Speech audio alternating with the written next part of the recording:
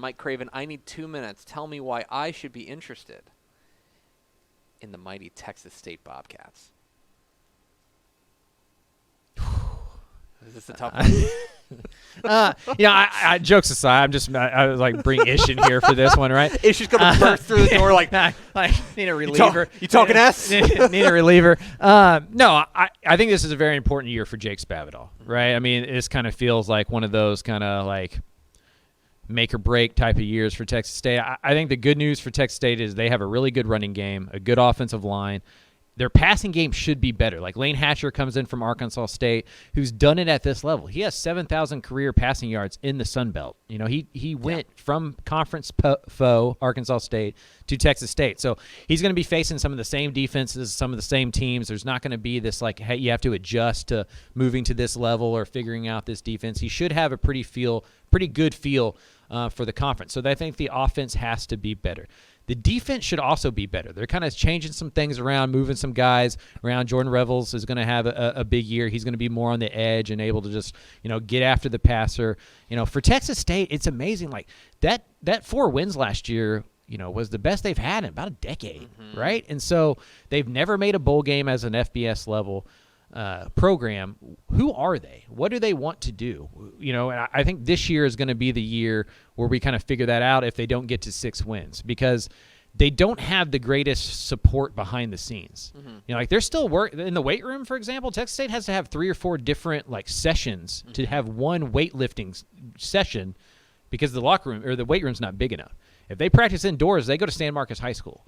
Until this last year, they weren't doing cost of attendance scholarships, So, like, it does feel with new powers to be behind the scenes that it's ramping up, and Texas State is starting to kind of realize, okay, we're going to have to, like, spend to make this thing happen. Is it this year? Can it be this year? Because if it's not, I think Jake Spavital may be out of time. And that's unfortunate because, like, he's a big – Jake Spavital, big fan of ROF, right? We love Jake Spavital. We appreciate Jake. But it's one of those things where you're going to have to win more games than you are. 4 games can't be the ceiling at Texas State. And the other thing that I think is really interesting is that in the era of the transfer portal and in the era of all of these things, he has blazed his own trail. And he said, look, like it or not, he has zigged when everyone else has zagged and said, I am going to go portal shopping. I'm going to bring in guys. Like it used to be that you would go and bring in transfers, a lot of JUCO guys, because you need to get old quickly. He just wants to stay old, forever, and get guys who are kind of off. I don't want to say the scrap heap, but out of the transfer portal. And basically, he's taken 3 high school players in the last 2 recruiting classes. Yeah. That is risky, and it's a big risk-reward thing. If it works, he's a genius. But if it doesn't, and it might need to work this year, he might be out of a job.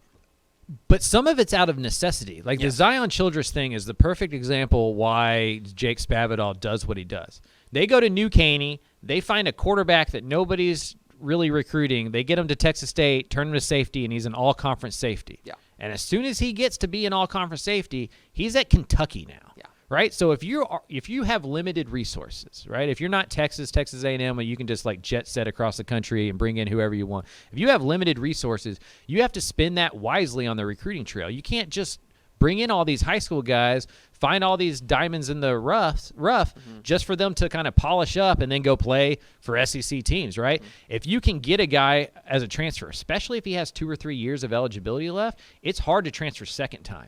You get the free transfer, but it's harder to transfer the second time. You get those guys locked in a little bit more. So I think he's doing what he considers to be high school recruiting. He's just doing it for redshirt freshmen. Yeah, for redshirt sophomores, like he's not bringing in a lot of grad transfers. Yeah, he's bringing in guys with a couple years of eligibility and going, okay, well now you can't transfer for free, and we feel like we can put in those resources to you to develop, and hopefully you're around for us to reap those benefits, because you do that at the high school level, and by the time you're reaping those benefits, they've transferred to a bigger school.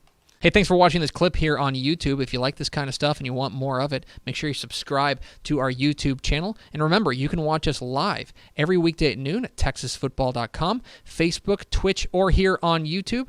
And if you want more of the best coverage of football in the state of Texas, check out TexasFootball.com and become a Dave Campbell's Texas Football Insider at TexasFootball.com/subscribe.